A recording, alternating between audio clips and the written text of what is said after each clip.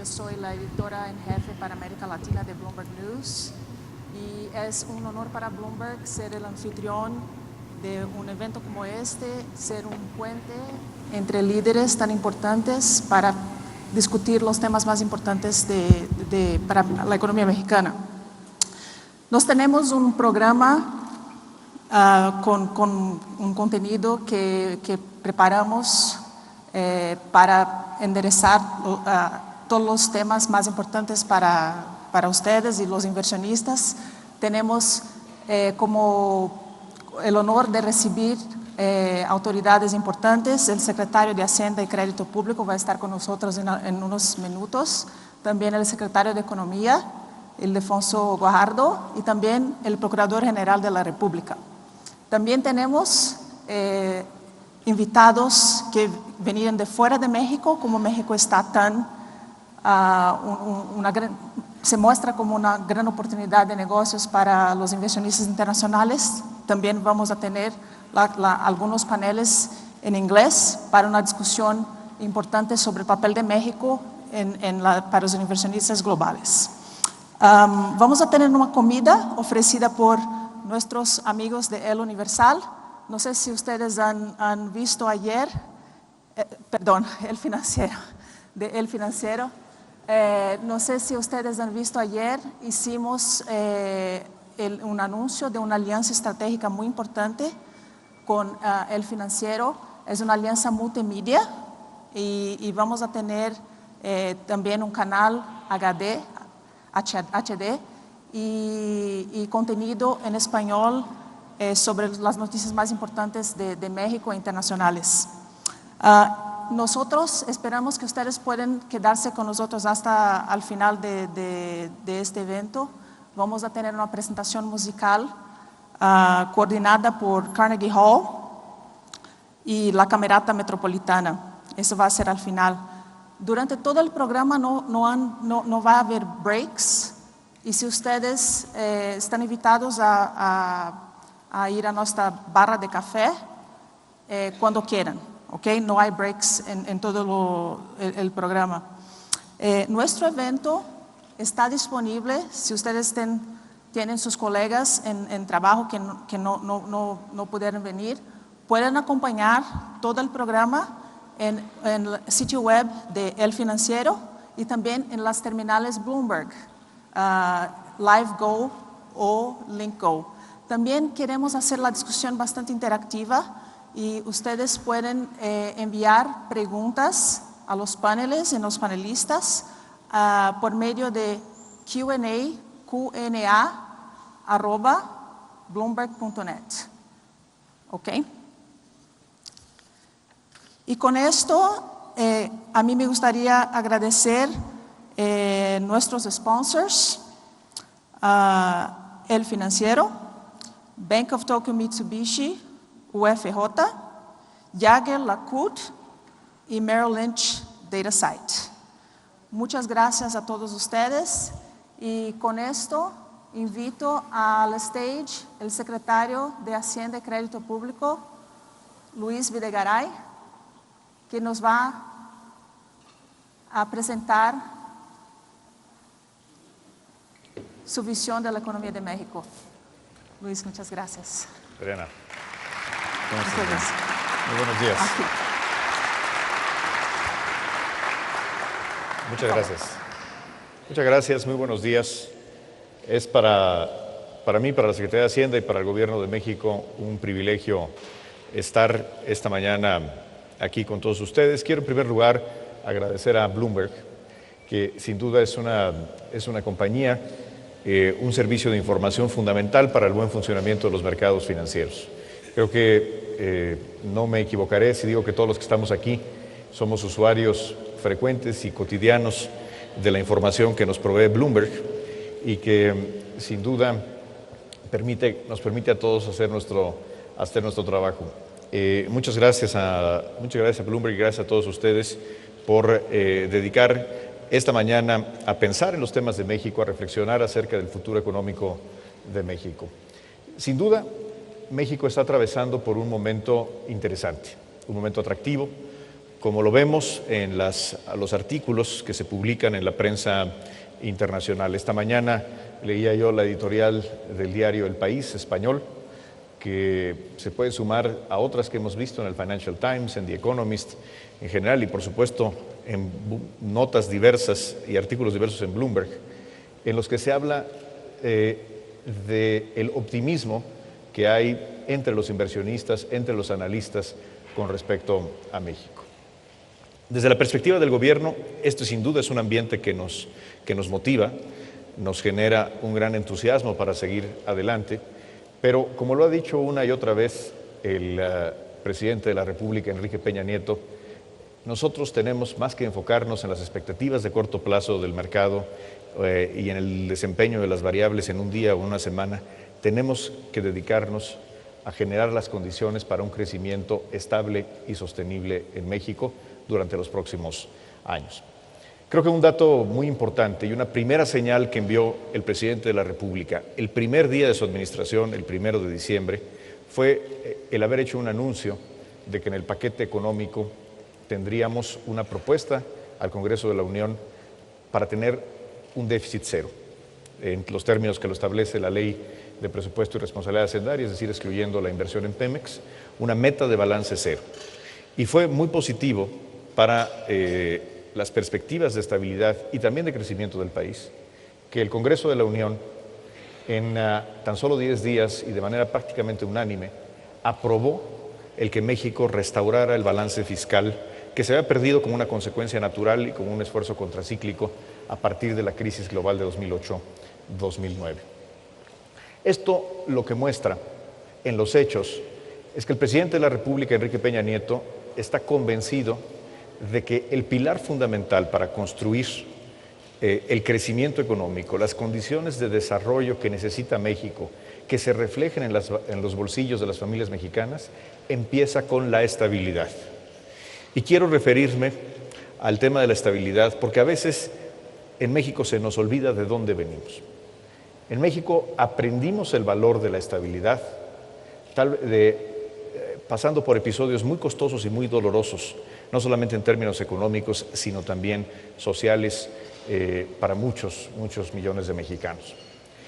Creo que si algo es notable hoy en día en la definición de la política económica es el gran consenso que existe, el consenso político que existe en torno a la estabilidad.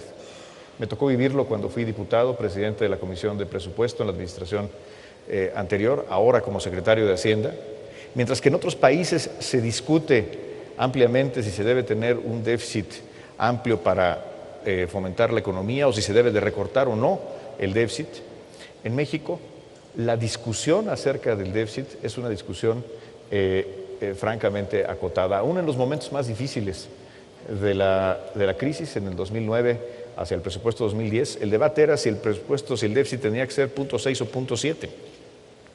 Y realmente no hubo una discusión sustancial cuando el déficit regresa a ceros este año. ¿Qué quiere decir esto? Que en México, sin duda, a partir de un proceso muy doloroso que vivimos durante décadas, hoy los mexicanos, en todo el espectro político, y más importante que eso, en la sociedad en su conjunto, entendemos el valor de la estabilidad. El valor de la estabilidad a partir de uno de sus pilares, que es la solidez y el equilibrio en las finanzas públicas. Y tengan ustedes la seguridad que este será, como lo fue desde el primer día, uno de los valores fundamentales de la política económica del presidente Enrique Peña Nieto a lo largo de su administración. Por supuesto, la política fiscal responsable es solamente uno de los ejes que permite la estabilidad. El otro, muy importante, es la política monetaria. Y creo que en México debemos congratularnos de tener un Banco Central plenamente autónomo desde el año 93, que sin duda tiene credibilidad y tiene un prestigio en el mercado, que nos da también un ancla muy importante en torno a la estabilidad. Aunado a las dos columnas fundamentales que son la política fiscal y la política monetaria, en México tenemos un sistema financiero, un sistema bancario en particular, muy sólido. A diferencia de lo que ocurre en otras naciones, algunas de ellas mucho más desarrolladas que nosotros, en México tenemos bancos bien capitalizados y fuimos una de las pocas naciones que pudo implementar a partir del 1 de enero las nuevas reglas de Basilea III. La capitalización de los bancos, que alcanza el 16%, está muy por arriba del requerimiento regulatorio, y sin duda la nueva regulación, que incluye un sistema de alertas tempranas, se convierte en un elemento más para tener una economía estable y robusta. Otros elementos que nos dan estabilidad en la economía tienen que ver con el manejo de la deuda pública, un manejo que ha permitido atacar distintos nichos de mercado de forma sistemática y ordenada. Tuvimos en enero una colocación muy exitosa de un bono en dólares a 30 años, al costo más bajo que se ha colocado en la historia de México, y continuaremos atacando en materia de deuda pública los diferentes nichos de oportunidad según las condiciones de mercado, para asegurar, en primer lugar, una diversificación correcta de los riesgos en mercados, en monedas y, por supuesto, en estructura de plazo, y también para reducir el costo de la deuda conforme se van presentando las oportunidades. Tenemos un tipo de cambio flexible que sin duda se ha convertido en un amortiguador de diferentes impactos que puedan ocurrir en los mercados financieros internacionales. Tenemos altos niveles de reservas y somos uno de los pocos países que, en complemento a las reservas internacionales, tenemos una línea de crédito flexible con el Fondo Monetario Internacional, que fue renovada apenas a finales del año pasado. Todos estos elementos configuran el que México hoy en día es una nación con los fundamentos claros para preservar la estabilidad. Y este es uno de los grandes objetivos de la política económica del presidente Enrique Peña Nieto.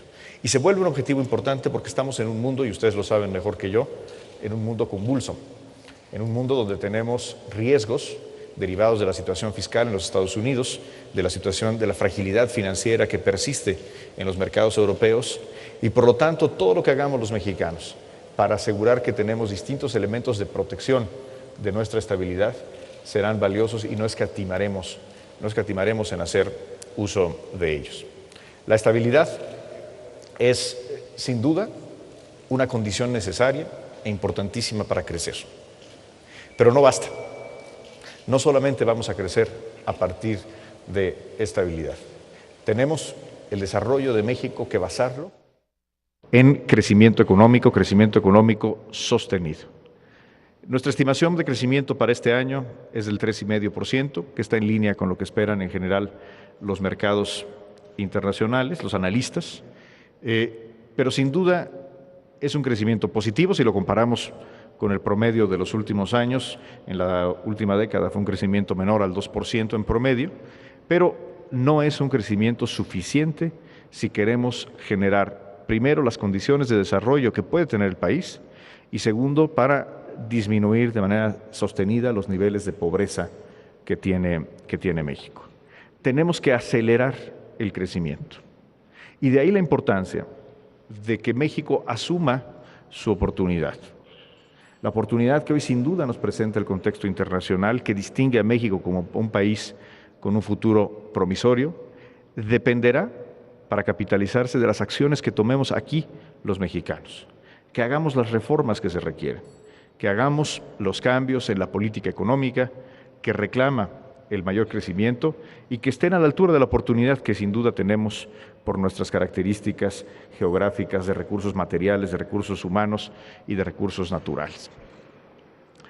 Creo que hoy en México vivimos una etapa interesante porque las condiciones políticas son distintas a las que vivíamos en el pasado y son más favorables para generar los acuerdos que se requieren para hacer los cambios. México hoy en día es una democracia sumamente plural, una democracia diversa, y qué bueno que sea así.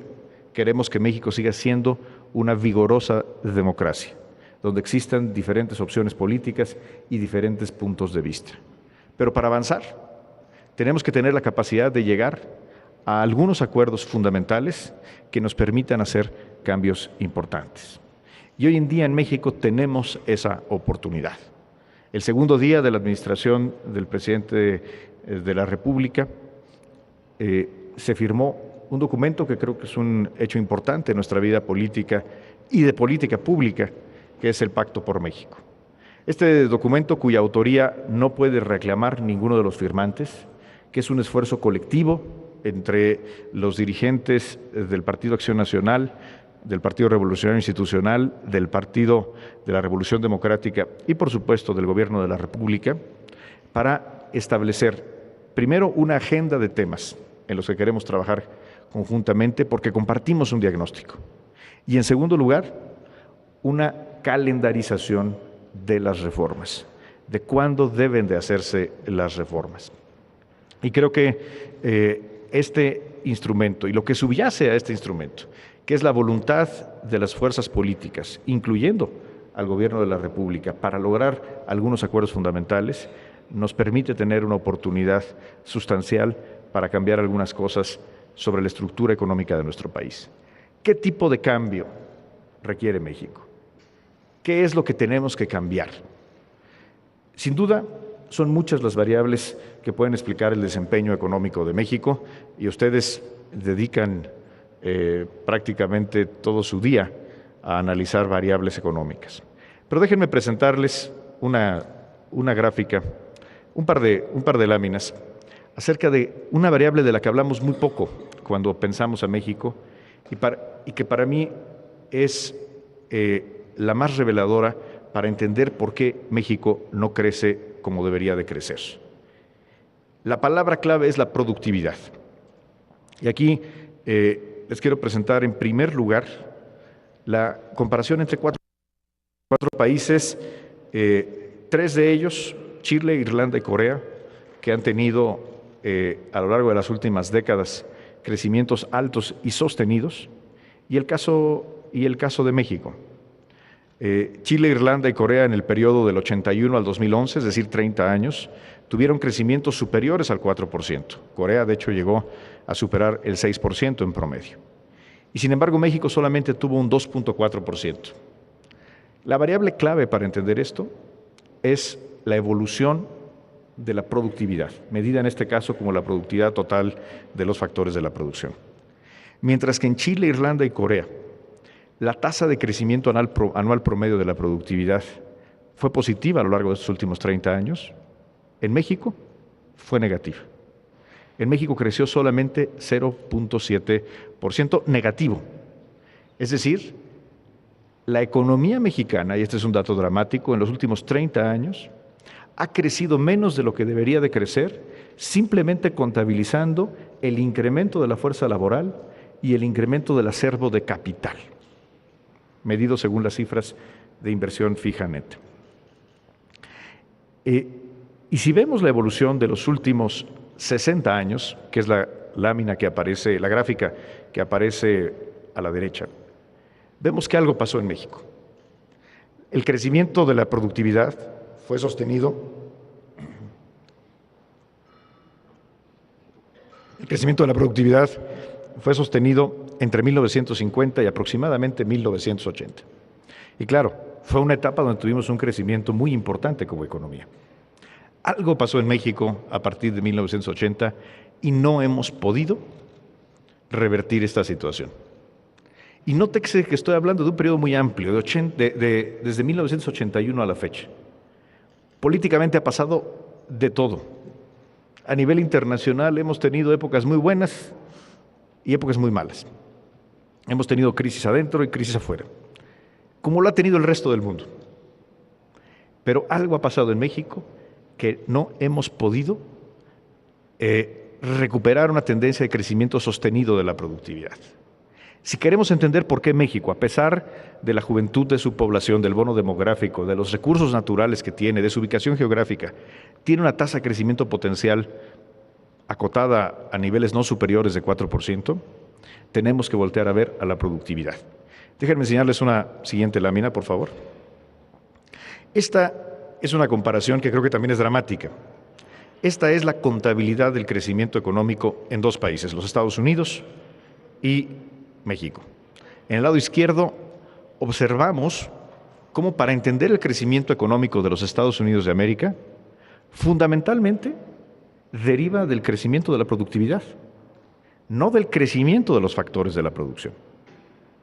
En México, la productividad es el factor que está deteniendo el crecimiento económico, que es la gráfica de la derecha. Esto quiere decir que tenemos que tomar medidas Y ese es el objetivo de la política económica, y ese es el gran objetivo que nos ha marcado el presidente de la República, Enrique Peña Nieto. Tenemos que hacer los cambios necesarios para revertir esta tendencia de 30 años de crecimiento negativo de la productividad. ¿Qué estamos haciendo? Y quiero aquí brevemente referirme a algunos de los cambios que necesita la economía mexicana. El primer cambio que se logró tiene que ver con el mercado laboral. No es menor que durante la etapa de transición, esta legislatura pudo llegar a un primer acuerdo en materia de política económica para finalmente aprobar una reforma laboral. Una reforma laboral que, según las cifras, los estudios del Banco de México, tendrá una aportación positiva al crecimiento potencial de nuestra economía en los próximos años y que esencialmente lo que permite es flexibilidad y, por lo tanto, una mayor productividad en el mercado de trabajo. Pero la productividad tiene que ver con muchas otras cosas más. Tal vez una de las más importantes tiene que ver con la educación, con la calidad de los recursos humanos y su impacto en la productividad. Y ahí la reforma educativa, que es la primera que se presentó en el contexto del Pacto por México y que hoy es una realidad a nivel constitucional y en la que se está trabajando en su ley reglamentaria, sin duda tendrá un efecto importante. No será un efecto que se va a reflejar en las cifras de crecimiento del próximo trimestre, pero sí de las próximas décadas, porque es una reforma que sujeta el desempeño de los maestros a una evaluación llevada a cabo por un organismo independiente. Podremos por primera vez saber cuántos maestros y cuántas escuelas en México existen. Es decir, es una reforma de gran calado que nos permitirá revertir uno de los grandes problemas que tenemos precisamente en esta materia, en la de la productividad. Otro de los grandes frenos a la productividad tiene que ver con la falta de competencia económica. Desafortunadamente, México ostenta uno de los lugares más bajos en los índices de medición de la intensidad de la competencia económica. Según el Foro Económico Mundial, ocupamos el lugar número 121 entre las naciones en materia de intensidad de la competencia económica. Esto no es aceptable. Y de ahí la importancia de la reforma que introdujo el presidente de la República, y esto es un hecho histórico, firmándola en conjunto con los coordinadores de los grupos parlamentarios de las tres principales fuerzas políticas en la Cámara de Diputados y con el respaldo de sus dirigentes nacionales en materia de telecomunicaciones y de competencia económica. Quiero destacar que esta reforma, que por cierto hoy se está discutiendo en la Cámara de Diputados, no solamente es una reforma en materia de telecomunicaciones, es una reforma que le da autonomía a la autoridad en materia de competencia económica y que amplía desde la Constitución su rango de acción. Y por supuesto que introduce en uno de los mercados más concentrados que tenemos, que es el de las telecomunicaciones, incluida la televisión, introduce medidas efectivas para generar mayor competencia económica. Esta reforma, además de ilustrar cómo sí se puede llegar a acuerdos en México, sin duda tendrá un efecto permanente, en caso de ser aprobada por el constituyente permanente, lo cual creemos que ocurrirá sin duda. Tendrá un efecto permanente en nuestro potencial de crecimiento económico. Hablábamos hace un momento de la fortaleza que tienen nuestros bancos. Sin embargo, los bancos mexicanos no prestan lo suficiente. Tenemos una de las bancas más sólidas del mundo, pero una de las que presta menos. El crédito bancario al sector privado no bancario es de apenas 26% del Producto Interno Bruto.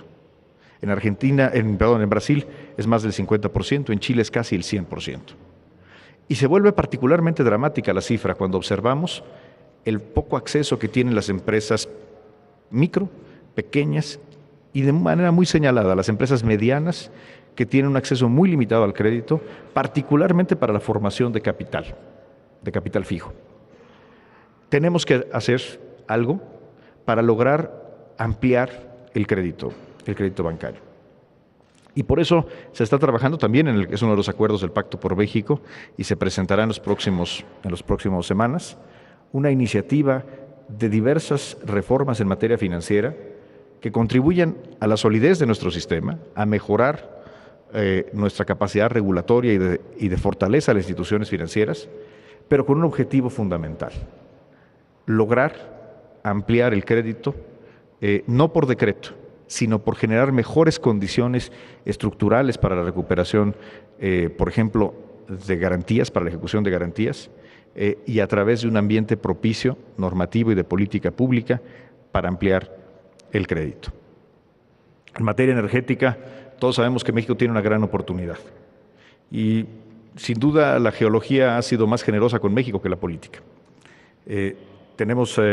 Hoy tenemos una enorme oportunidad para convertir al sector energético en una fuente de ventaja competitiva. La productividad en México puede crecer si logramos energía más barata y de mejor calidad para las empresas mexicanas, particularmente para las pequeñas y medianas empresas. Hoy quienes pueden generar soluciones, por ejemplo, para abaratar el costo de la electricidad, son las grandes empresas. Si queremos más productividad, tenemos que hacer una reforma energética. Este es uno de los compromisos que ha asumido el presidente de la República desde antes de ser candidato, y sin duda tendrá que ser una reforma que no parta de un principio ideológico, sino que tenga un gran sentido práctico. No se trata de privatizar Pemex, no se trata de privatizar las reservas, pero sí de tener la flexibilidad que nos permita aprovechar como país las oportunidades que tenemos en materia energética, que hoy son francamente brillantes. Por supuesto, tenemos que hacer distintos cambios. Por ejemplo, en materia de infraestructura, tenemos que invertir más en infraestructura. Tenemos que retomar un papel más activo de la banca de desarrollo. Tenemos que generar cambios que no necesariamente requieren cambios legislativos, pero que tienen que orientar la política económica del gobierno federal hacia el crecimiento de la productividad y por lo tanto hacia el crecimiento sostenible. Y finalmente tenemos que hacer una reforma hacendaria. Todos sabemos que México tiene un sistema tributario que primero recauda menos de lo que debería recaudar y por lo tanto se constituye en una limitante para que el Estado mexicano en sus 3 niveles cumpla con sus obligaciones en materia de educación, de salud pública o formación de infraestructura, por ejemplo.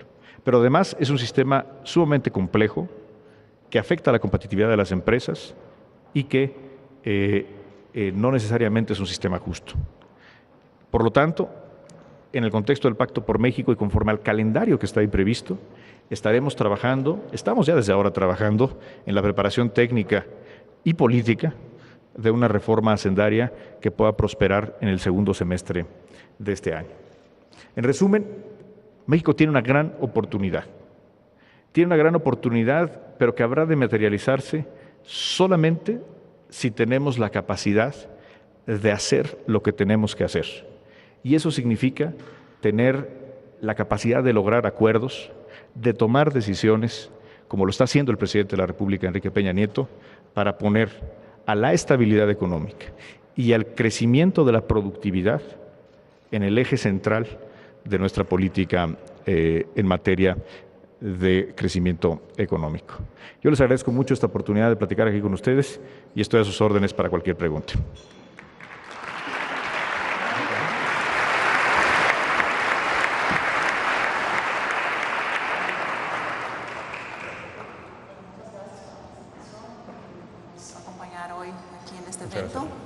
Como usted dijo, hay una gran oportunidad para México y los mercados financieros lo han visto y los precios en gran parte también ya están refletiendo todo el optimismo que hay con cuestión de las reformas y incremento de la productividad. Acerca de esto, el peso ayer y hoy llegó a un nivel más fuerte en relación al dólar norteamericano, 12.32.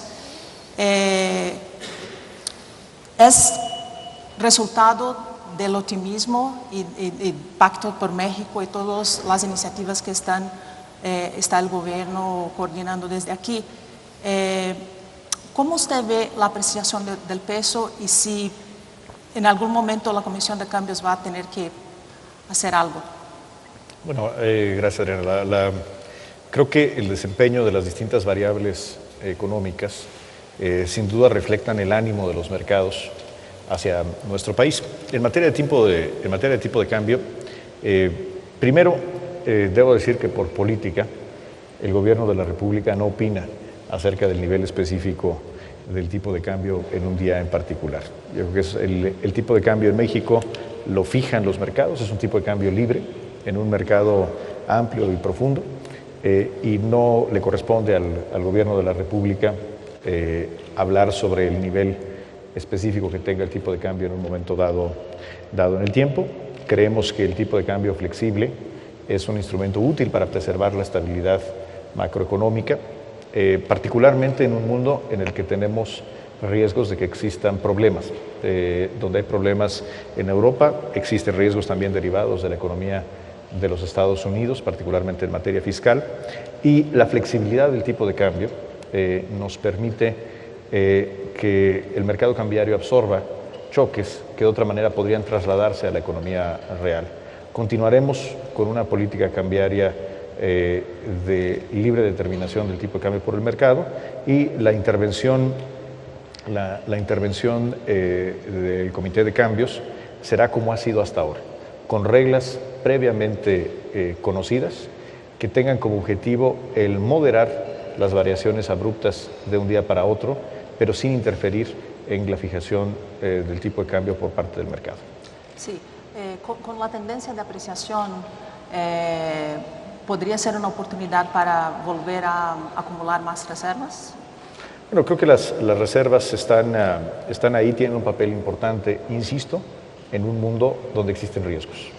Y las reservas se acumulan a partir de una política preestablecida, conocida por el mercado, y eso es lo que nos importa como autoridad, transmitir certidumbre a los mercados acerca de lo que está haciendo y lo que hará en el mercado, y las reservas creo que son hoy un elemento importante de precautorio ante las eventualidades que pueden existir en el mundo, donde sin duda tenemos riesgos relevantes, y no olvidemos que México, a pesar de la estabilidad interna que tenemos, seguimos siendo una economía emergente, sujeta a las fluctuaciones de los mercados financieros, y tener estos elementos de protección, como son las reservas, como es la línea de crédito flexible con el Fondo Monetario Internacional, sin duda son elementos que fortalecen la estabilidad a futuro de la economía mexicana.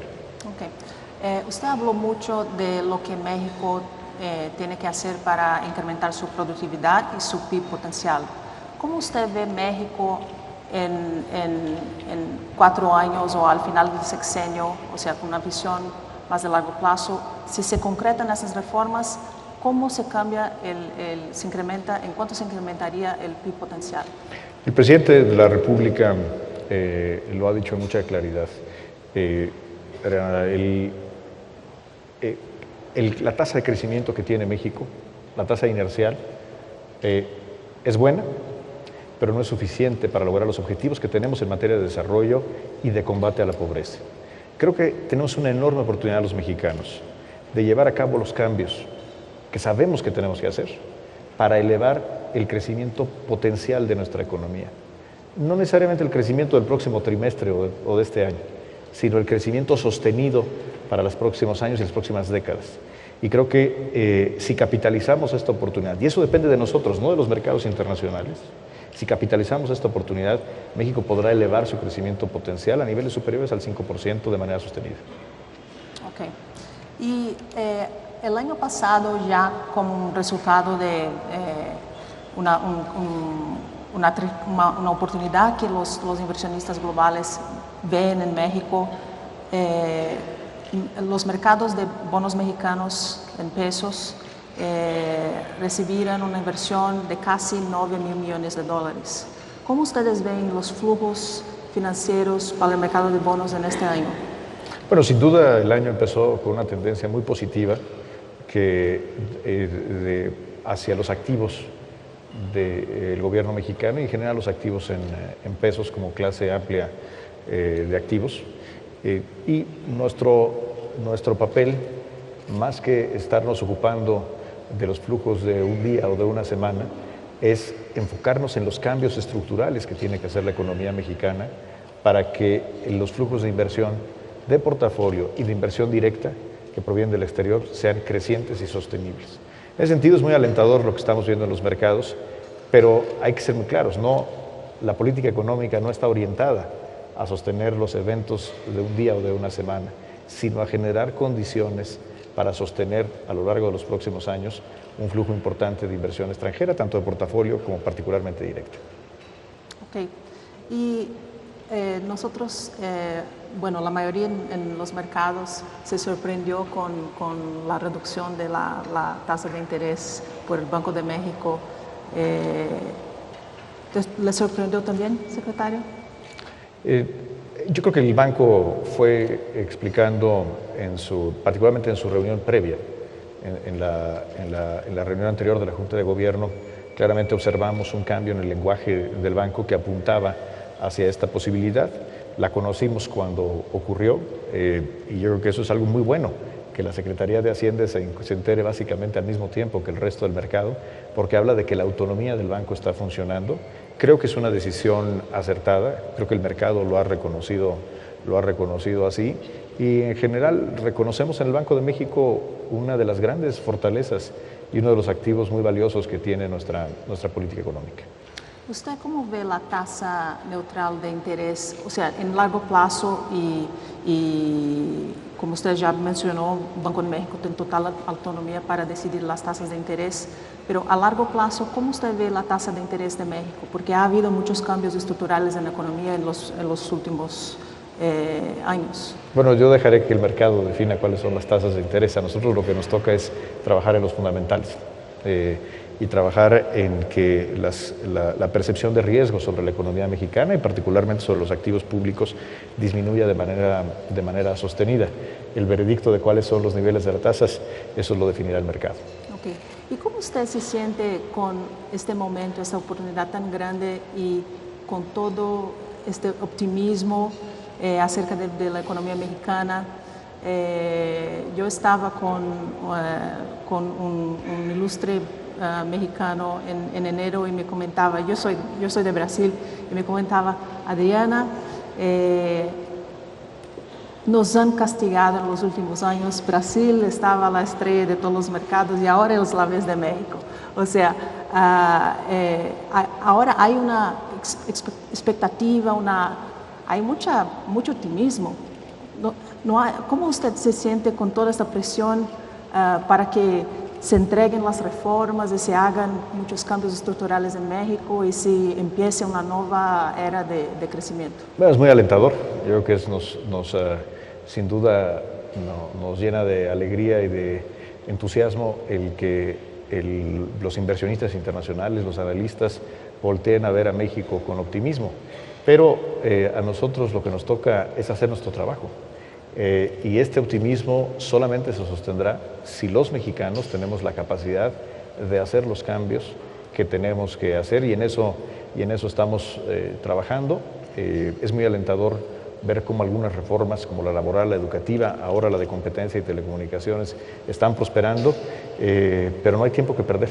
Tenemos que seguir trabajando. Esa es la instrucción muy clara que nos ha dado el presidente Enrique Peña Nieto y pues estamos trabajando con mucha energía para lograr que este entorno de expectativas positivas se convierta en una realidad, no solamente a la vista de los mercados, sino lo que es más importante, que se refleje en la economía familiar de los mexicanos, en los bolsillos de las familias mexicanas.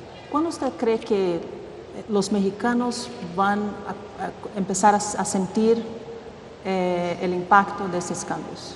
Bueno, sin duda no será en una semana o en un mes, pero creo que si hacemos las cosas que tenemos que hacer y las hacemos pronto, en el ritmo en que las estamos haciendo y como están previstas en el Pacto por México, el desempeño de la economía mexicana y el efecto que tenga sobre la economía familiar se verá en los próximos años. No tenemos por qué esperar generaciones para elevar el desarrollo y las condiciones de vida de los mexicanos. Tenemos una gran oportunidad para lograr cambios significativos que beneficien a las grandes mayorías de los mexicanos y esto sin duda es para lo que estamos trabajando y eso es a lo que se ha comprometido el presidente de la República. Perfecto. Muchísimas gracias, secretario. Muchas gracias por su a ti, muchas gracias a participación. todos ustedes. Muy buenos días.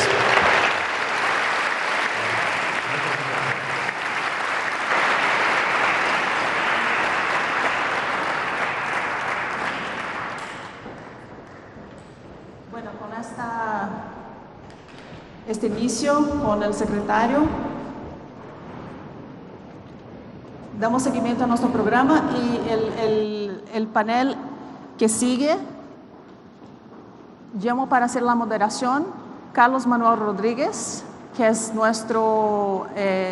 es el jefe de la oficina aquí en México y va a moderar un panel acerca de la era Peña Nieto y cómo se dan los cambios en este sexenio. Perfecto, 3 y 2.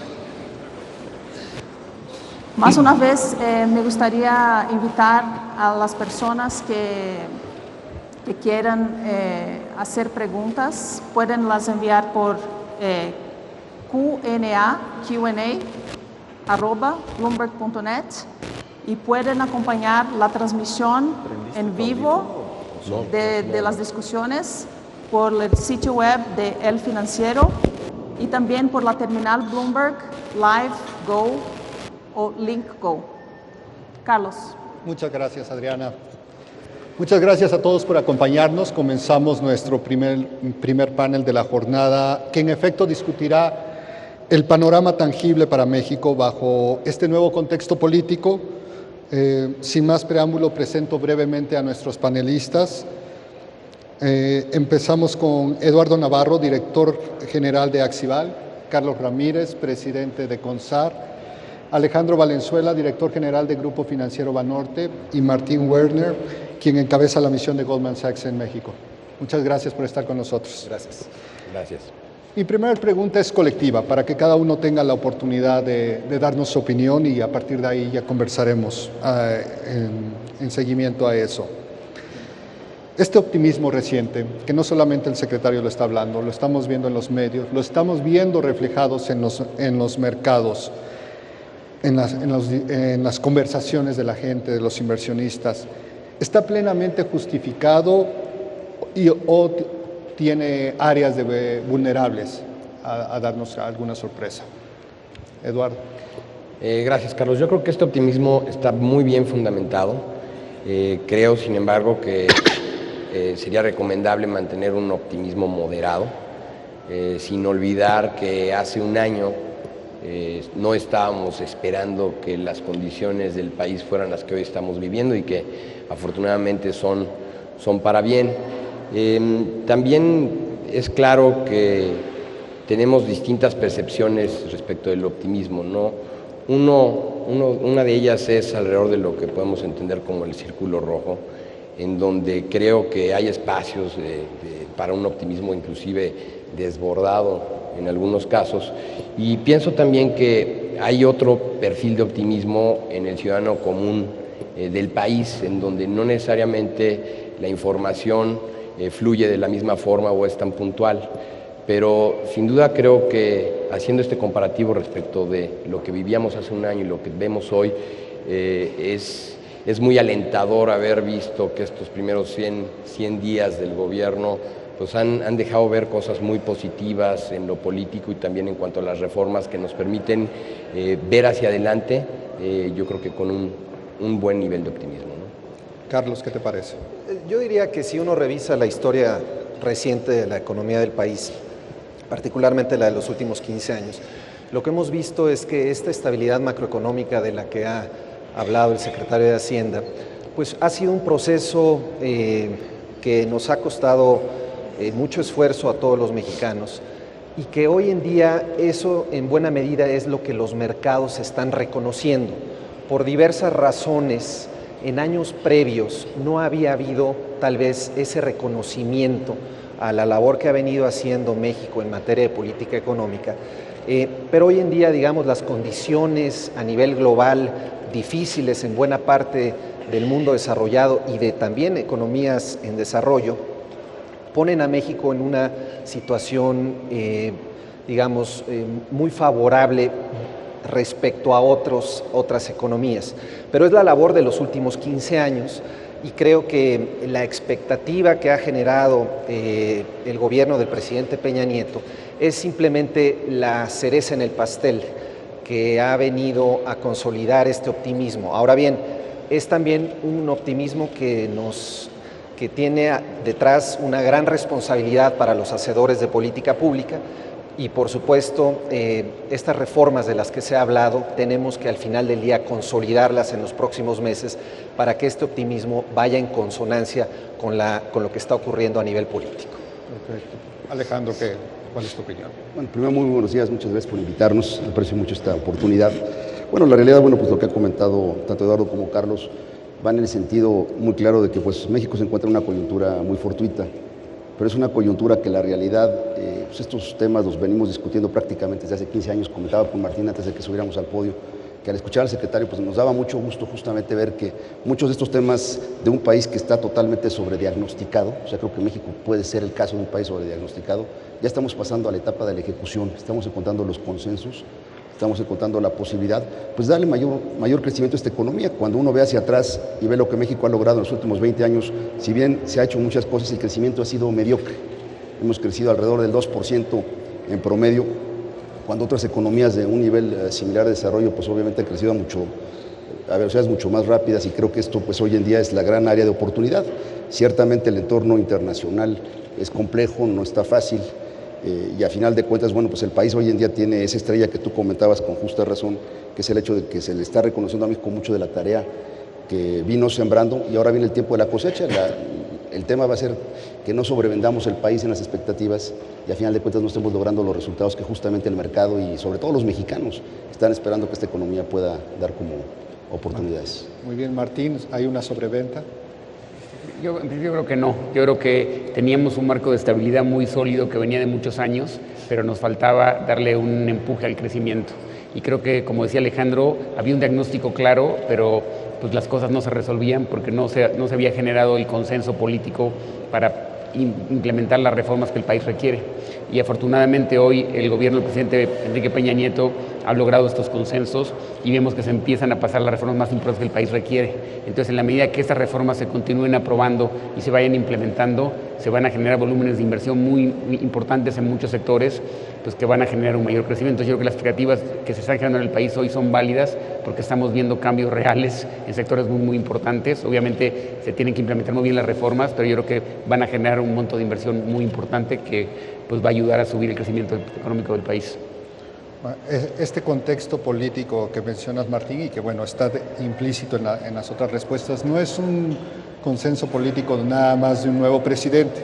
Es un nuevo presidente con un partido que tiene la mayoría relativa en el Congreso. Es una realidad también de que ya hay una parte de la izquierda dispuesta a negociar, hay un pacto por México. Yo les pregunto, por ejemplo, Alejandro, dime, ¿cuál de esta fórmula política que está alrededor crees que es la parte crucial para que esto camine y no se tropiece?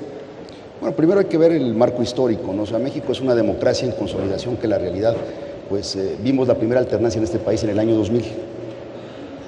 Hoy vemos la segunda alternancia en el sentido que hay cambio de partido político que conduce los destinos de México, y creo que lo que estamos viendo es una mayor madurez. Posiblemente al principio vimos un poco, con razones probablemente justas, una democracia revanchista, y hoy en día ya es una democracia que se consolida en el sentido de dar resultados, de generar la efectividad de un gobierno y justamente partidos políticos que están viendo claramente que lo que están demandando los ciudadanos son resultados muy concretos. Entonces, justamente creo que estamos pasando ya a una etapa donde nos damos cuenta que tenemos que encontrar los comunes denominadores, y este es el Pacto por México, para avanzar en la agenda nacional. Eduardo, ¿cuál es la señal que hasta este momento te hace ver, ok, esta vez no es una cuestión de expectativas? Fue la reforma laboral antes de la entrada de la nueva administración, la reforma educativa, el arresto de la líder sindical de maestros, o la propuesta para la reforma de telecomunicaciones. ¿Cuál fue la que dices, quizás esta vez sí? Mira, yo diría que todas estas acciones suman y mucho. Sin embargo, hay otra muy relevante a considerar, y es que en estos 100 días de gobierno no hay a la vista errores. y eso creo que es también muy relevante, ¿no? O sea, no es simplemente hacer bien las cosas, sino demostrar que se tiene la capacidad para gestionar el momento político, es decir, se tiene oficio y se tiene también capacidad de reacción, ¿no? Ante los eventos recientes, el que se dio en Pemex, la capacidad del gobierno de actuar, de demostrar y ofrecer certeza a los ciudadanos, pues fue muy evidente, ¿no? Entonces creo que es una suma de partes lo que finalmente estamos viendo y que le da certidumbre no nada más a los mercados, sino a la población también, ¿no?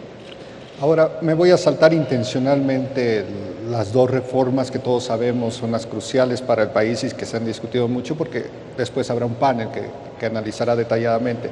Pero me gustaría preguntarte, Carlos, ¿qué otro tipo de leyes, qué otro tipo de ajustes hay que hacer a la política mexicana para hacer más atractivos los mercados mexicanos o para hacerlos menos vulnerables a factores externos?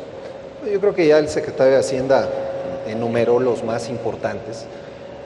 Por supuesto está el tema fiscal, en donde ciertamente el país lleva décadas debatiendo sobre cómo construir un sistema fiscal más justo, más equitativo, donde se pueda lograr una mayor recaudación que derive en mejores y mayores bienes públicos. Está una reforma energética de la que hemos también venido hablando los últimos 20, 30 años, en donde se le permita a Petróleos Mexicanos tener más posibilidades de inversión y al mismo tiempo más flexibilidad para una toma de decisiones. Los temas laborales que ya se mencionaron y por supuesto también un tema que es una preocupación y que está probablemente en el centro de las razones de por qué México tiene estos niveles bajos de productividad y que es el alto nivel de informalidad de la economía. Por supuesto, el mercado, la reforma laboral va a coadyuvar y va a permitir de alguna manera mejorar estas condiciones, pero hay otras acciones que hay que emprender para reducir los incentivos a la informalidad y lograr gradualmente una mayor formalización de la economía.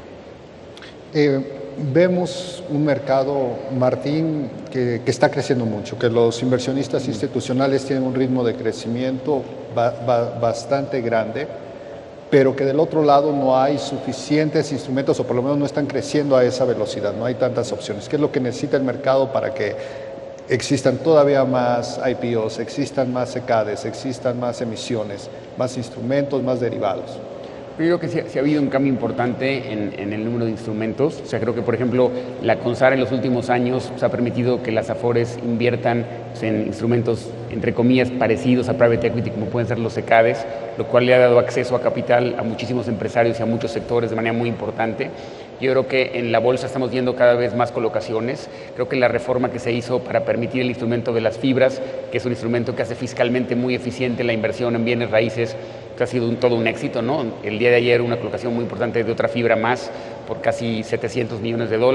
Es creo que la cuarta o la quinta fibra que sale al mercado. Se ha creado un nuevo sector en la bolsa de valores. Ha habido muchas empresas que o han salido por primera vez o están buscando capital. Entonces, cada vez más es una opción la bolsa mexicana de valores. Creo que obviamente pues hay que la gente está viendo que es una opción de financiamiento. Creo que lo que nos falta también un poco es del lado de la demanda de acciones.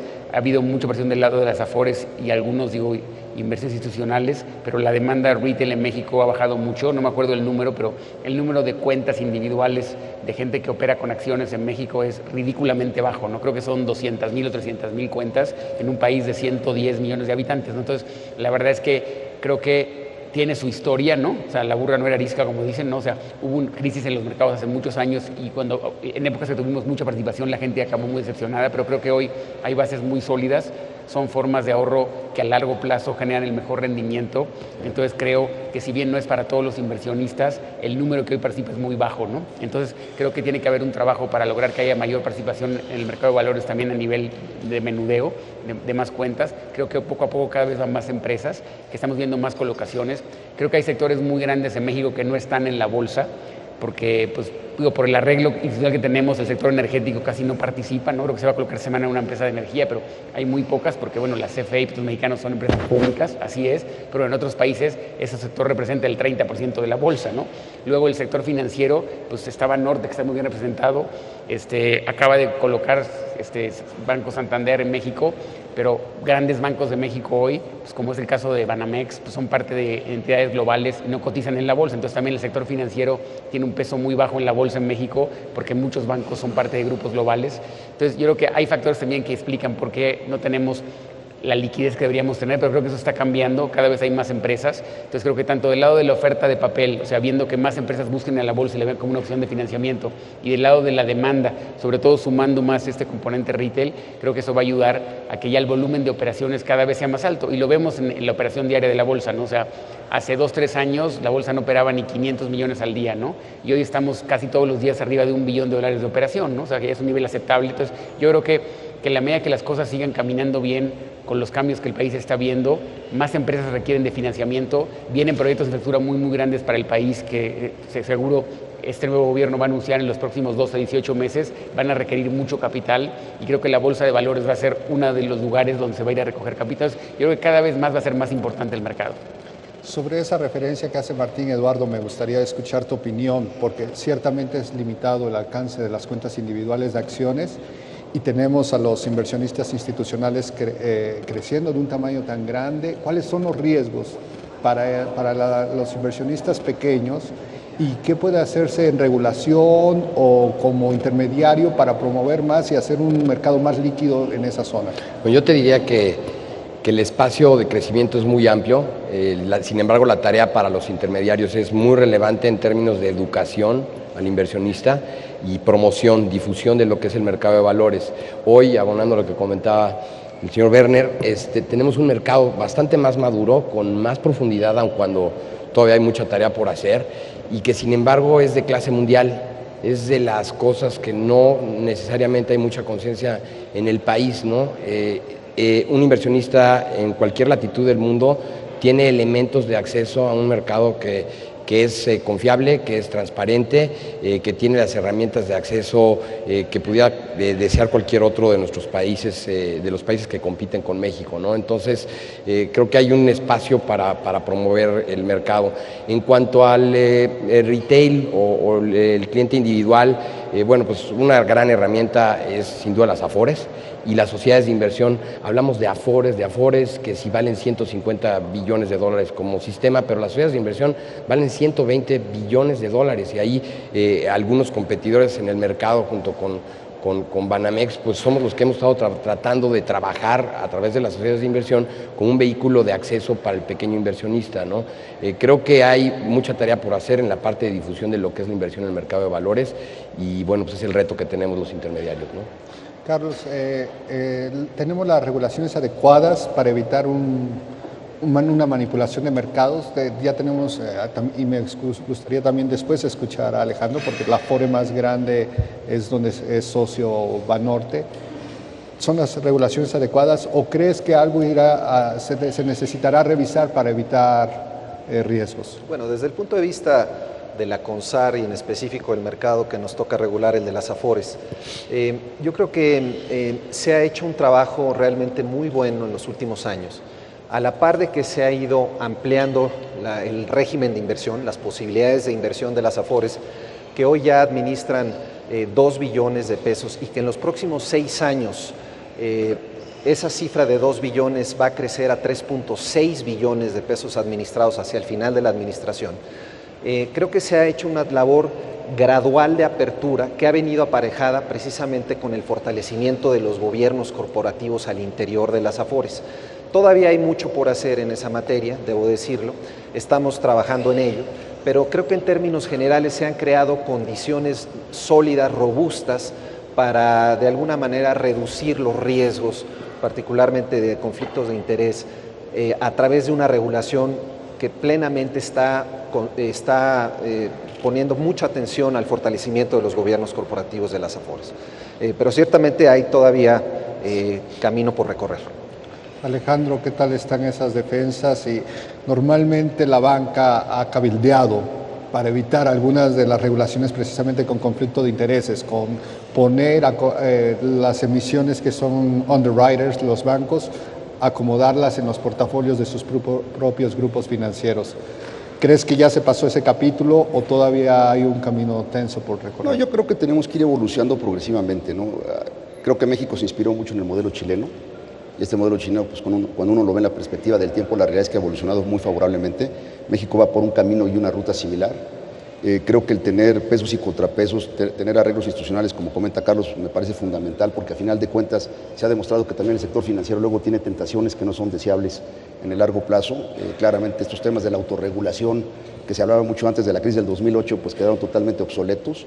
Ciertamente pues, nos debe preocupar que también se pueda politizar la regulación en un momento dado, porque eso no nos lleva a tener un buen desarrollo del sector financiero. Pero déjame sumar dos apartados de los comentarios que se hicieron previamente, en el sentido de los grandes retos también que va a tener México. Desde la visión de un banco, hoy en día una de las grandes reformas que se tiene que lograr en este país es el tema del Estado de Derecho, ¿no? O sea, lograr que verdaderamente el sistema judicial sea efectivo, que verdaderamente nos dé la posibilidad de que cuando se genera alguna disputa, alguna problemática, se pueda ejercer ese Estado de Derecho con rapidez, con prontitud, con celeridad. Y todavía yo creo que ahí tenemos mucho terreno por andar. Un caso que me viene a la mente, y no piensen que sigo pensando en él porque nosotros fuimos los que le prestamos, ¿no? Pero Mexicana de Aviación. Este caso de una compañía que lamentablemente tuvo que irse a un capítulo 11 o a una ley de concurso mercantil, y que todavía después de 2 años y 6 meses, que la ley nos dice que ya lo debiésemos haber terminado, no hemos podido acabar con ese caso. Entonces yo creo que ir generando certidumbre en todo lo que hagamos, en todas las actividades económicas que tengamos, para México va a ser fundamental, y es un gran apartado que no lo podemos dejar de lado con las demás reformas que estamos llevando a cabo, porque nada sirve, por ejemplo, llevar reformas en el sector financiero si los jueces no entienden lo que está pasando en el sector financiero y puedan actuar con prontitud. Y ya para finalizar mi comentario, creo que otra de las grandes oportunidades que tiene México, que verdaderamente me parece que es excelsa, es que tenemos un sector financiero subapalancado. Cuando uno México lo compara con Brasil o con Chile, para poner dos países que se asemejan al nuestro, la penetración financiera medida como préstamos al sector privado como proporción del Producto Interno Bruto, en México es del 20% escasamente, en Chile es del 85% y en Brasil es superior al 52%. Esta es de las pocas economías del mundo que se van a poder apalancar en los próximos años, y eso es un gran diferenciador. Claro. Bueno, que llegó el momento de abrir los micrófonos para tomar unas preguntas del público. Adriana, no sé si han llegado a través de la terminal o del público. Bueno, son libres de presentar algunas preguntas, solo tienen que pasar la tarjeta y nos las hacen llegar. Y mientras, siguiendo con este tema de underwriting, de ser partícipes en el mercado y los posibles conflictos de intereses, ¿es una desventaja competitiva para bancos de inversión como Goldman Sachs, que quizás no tienen ese grupo financiero con los fondos para acomodar ahí los bonos localmente, o no sienten que sea algo que afecta a la competencia de ustedes con lo que se tiene fuera de México? ¿Es suficiente para ir y llegar a convencer a un emisor de ser el underwriter? Mira, yo te diría dos cosas, ¿no? La primera, y aquí, bueno, Carlos es un regulador y una autoridad y puede precisar más este punto, aunque creo que le compete a la Comisión Nacional Bancaria y de Valores.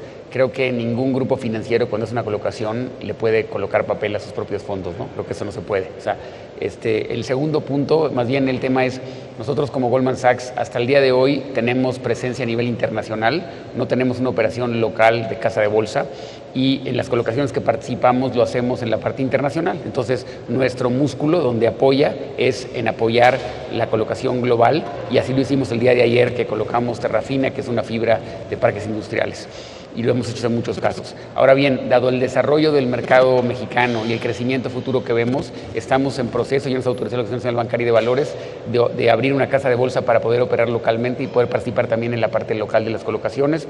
Esperamos estar listos a fines de año ya con la apertura de nuestra casa de bolsa. Muy bien, ¿eso cómo viene a ayudar al mercado, Carlos? ¿Qué tan importante es que lleguen nuevos jugadores, que se conviertan estos diálogos? Sin duda, bueno, yo creo que el tema de la profundización del mercado financiero mexicano, pues es otro de los grandes retos que tenemos en esta administración.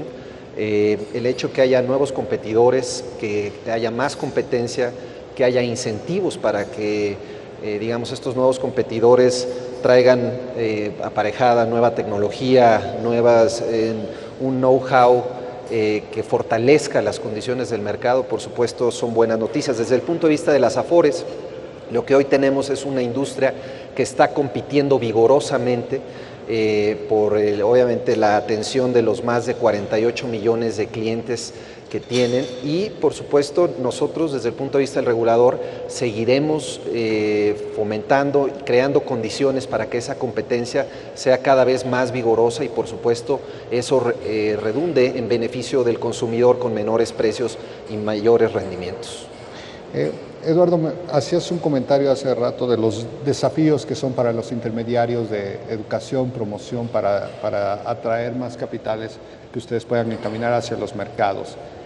¿Qué es lo que puede hacer su tarea más fácil? Este optimismo mundial sobre México, factores macroeconómicos o factores que ya se puedan reflejar en las economías de las familias, ¿tienen un impacto más directo en su capacidad de atraer más clientes?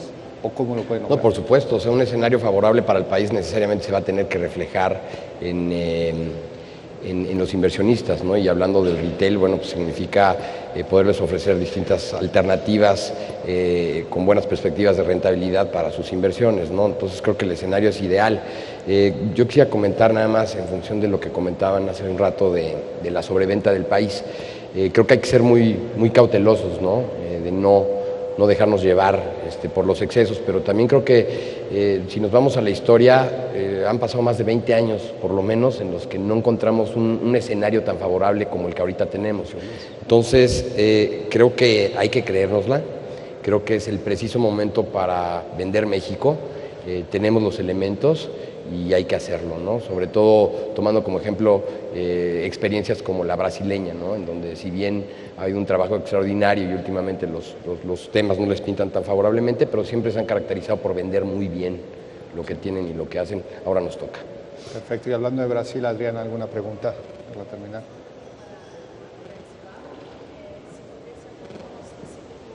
Cuando tú hablas de optimismo moderado. Yo creo que sí, por supuesto. Si tomamos en cuenta, como comentaba hace un momento, los primeros 100 días, si hiciéramos una proyección lineal de estos 100 días como si fuera una gráfica de mercado, pues en 5 años estaríamos en condiciones muy diferentes como país y esto sería realmente un éxito. Creo que hay que reconocer que, de nueva cuenta, tomando como referencia una gráfica, ningún rally o ninguna baja son eternas, ¿no? Y en el proceso se dan ciertos ajustes. Creo que en el desempeño de los gobiernos, del desempeño de las empresas, hay ciertos espacios de corrección y, bueno, por lo mismo hay que entender que en estos 5 o 6 años que tenemos enfrente, pues habrá ciertos espacios en los que estas correcciones se den y el optimismo, por consiguiente, debería, creo yo, ser moderado, ¿no? Reconociendo todo lo bueno que tenemos en estos 100 días y sobre todo hacia adelante. Gracias, Adriana. ¿Otra pregunta del público? ¿Esperan en las inversiones después de la baja de tasa de interés? Efectos en las inversiones después del recorte de tasa de referencia. Bueno, pues por definición te incrementa la tasa interna de retorno de cualquier proyecto, entonces yo creo que debe eso detonar, pero va a ir mucho más allá de una simple coyuntura de tasas de interés. Yo creo que es todo lo demás que está haciendo el país para arropar el crecimiento, lo que va a generar pues un mayor incentivo para que las inversiones provengan a este país. Yo creo que el mundo está deseoso de encontrar oportunidades de éxito. México hoy en día se presenta en esa tesitura, hay que aprovecharla.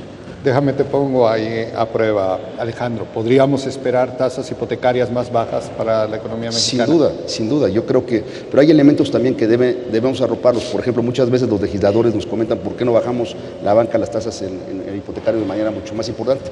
Bueno, reposeer una casa en México sigue siendo un tema muy complejo.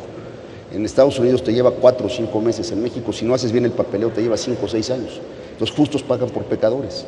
Segundo, tienes costos transaccionales muy altos en la compra y la venta de una casa. Si podemos bajar todos los temas notariales, todos los temas del registro público de la propiedad, todos los temas transaccionales, pues obviamente las tasas de interés van a bajar. Me parece que tenemos que arroparlo, no solamente es una cuestión macroeconómica, una cuestión de banca, sino también hay que arroparlo con la parte justamente. Pero esa posibilidad de que se refleje, ¿de qué plazo estamos hablando? ¿Este año tú visualizas quizás? Se han venido bajando. A ver, hace 10 años la tasa promedio de una hipoteca en México estaba al 18%. Hoy en día estamos abajo del 10%. Entonces, digo, pero hablando a 20 años, a tasa fija. Si esto se sigue mejorando, las condiciones macroeconómicas se dan y los cambios estructurales que requiere la economía tienen que bajar necesariamente las tasas de interés, me parece que es un fenómeno normal, natural. Perfecto. Pues muchas gracias a todos por acompañarnos, gracias a nuestra audiencia. Gracias a ustedes. Gracias.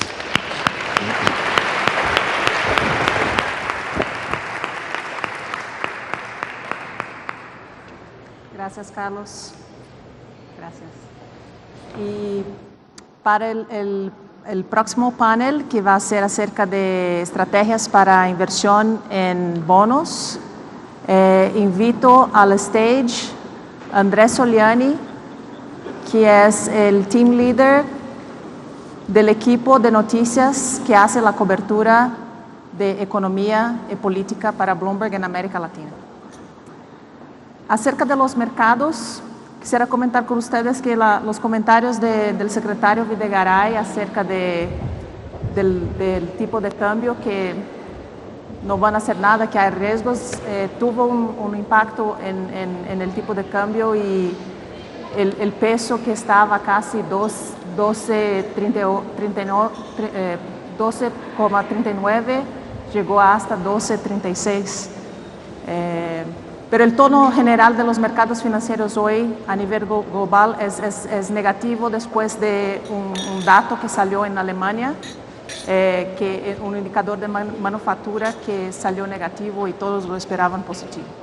Ok, André, por favor. Thank you, Adriana. Muchas gracias, I'd like to quickly Adriana. introduce our panelists today. Quiero Starting on the far saludar a left, todos. I have Estuve en el Stephen polo Costabile, who's the managing director and the el global head of director Private general Fund Group, Pine del Bridge grupo Investment. Thank you, Funds. Stephen, to join us Lo today. represento. Gracias, Next Steven, to por Steve, I estar have con Marlo Lell, nosotros. Vice President and Senior También Credit tenemos Officer al for Moody's Investment vicepresidente Service. de los Stephen, if you want to servicios. know a bit about what Moody's is going to Quiere think about saber the rating from Mexico qué va a now, pasar S&P con also el is smooth. grado crediticio de And next to México. me, I have Esperemos Bill que vaya Smith, bien. Director Y of también Emerging del Market director Fixed Income Research at de los CIAA, mercados. CREF. Gracias, Just to get Jeff. started, Antes de comenzar, creo que eres lo suficientemente joven para recordar a Cavallo, Domingo Cavallo, en Argentina a final de los 80, y quizá recuerdes a México cuando tenemos un gran optimismo después de la crisis del tequila. Y más recientemente vengo de Brasil y tuvimos un gran optimismo en Brasil, y ahora vemos cierto nivel de pesimismo que sucede en Brasil. Parece que México ya ha podido sobreponerse a la crisis china. Yo creo que este optimismo que vemos ahora en México sería diferente al que hemos visto en otros países latinoamericanos, y si es diferente, ¿cuál sería el motivo que lo hace diferente? Quisiera yo poder hablar del futuro. Creo que hay que ser optimista en México, y por primera vez vemos patrones críticos que no están afectando a México. La ruta de México es muy importante, y para los inversionistas creo que tenemos cierto optimismo y hay un acuerdo básico. Por supuesto, tenemos que ver qué sucede y qué surge de esto, pero creo que podemos decir que hay un optimismo y que es correcto. Creo que es mejor que otros, y también hay cierto sentimiento de negación en cuanto a las crisis en algunos países. Acabas de mencionar en Brasil, hace algunos años Brasil era el mejor y México no estaba en esa posición, y ahora es lo opuesto. Creo que el hecho de que México esté avanzando y que llegue al punto correcto era un buen momento interesante. Entonces, la diferencia es fundamental. Y ahora se ha establecido el grado de inversión debido a los factores fundamentales y las políticas. La continuidad de políticas es importante. El punto clave para nosotros es que sigue después de este punto perfecto. Lo que vemos es que el crecimiento de México está entre el 2-3%. Pero la meta sería entre el 3 y 4%. Tiene que haber un cambio permanente, entre otras cosas que surjan, pero un punto porcentual en bases sustentables sería muy importante. Lo importante es esperar para ver cómo operamos en esto. Y dos recomendaciones que yo quisiera dar. Número 1, hay que estar preparados para la decepción, porque puede existir. Y por supuesto, el tiempo puede ser mayor a lo que todo el mundo espera. Al mismo tiempo, hay que mantener la mirada en la jugada, porque para nosotros lo más importante, a final de cuentas, es el crecimiento sustentable del país, su economía y las políticas junto con su marco. Quizá haya otras nuevas políticas que apoyen y mejoren las perspectivas económicas a mediano plazo. Un punto más que quisiera yo añadir. Mencionó el crecimiento. Un crecimiento más rápido sería un indicador clave, sería el que están buscando para el crecimiento futuro de México. Creo que uno de los elementos es identificar las limitantes de México, porque hemos visto un crecimiento en los últimos 2 años. Tenemos que ver a México como una economía emergente comparada con otros países que tienen un ingreso similar. No esperamos ni decimos que México pueda crecer al 5 o 6%. No pensamos que pueda llegar a esto, pero si es capaz de moverse de 2 a 3 y de 3 a 4, sería un crecimiento importante. Ahora tenemos economía, una estabilidad macroeconómica, pero ahora tenemos que ver nuestro mercado interno y también ver cuál es la demanda doméstica y también la clase media. En el panel anterior estaba la idea de que México tiene un optimismo moderado cuando vemos los rendimientos en bonos. Cuando vemos bonos, ¿están en el rango de un optimismo moderado o exagerado? ¿Qué opina usted? Mi perspectiva surge de los mercados privados. Hemos invertido en los mercados globales a nivel global. Cuando vemos qué pasa en los mercados de crédito, tanto en mercados emergentes como desarrollados, continúa a haber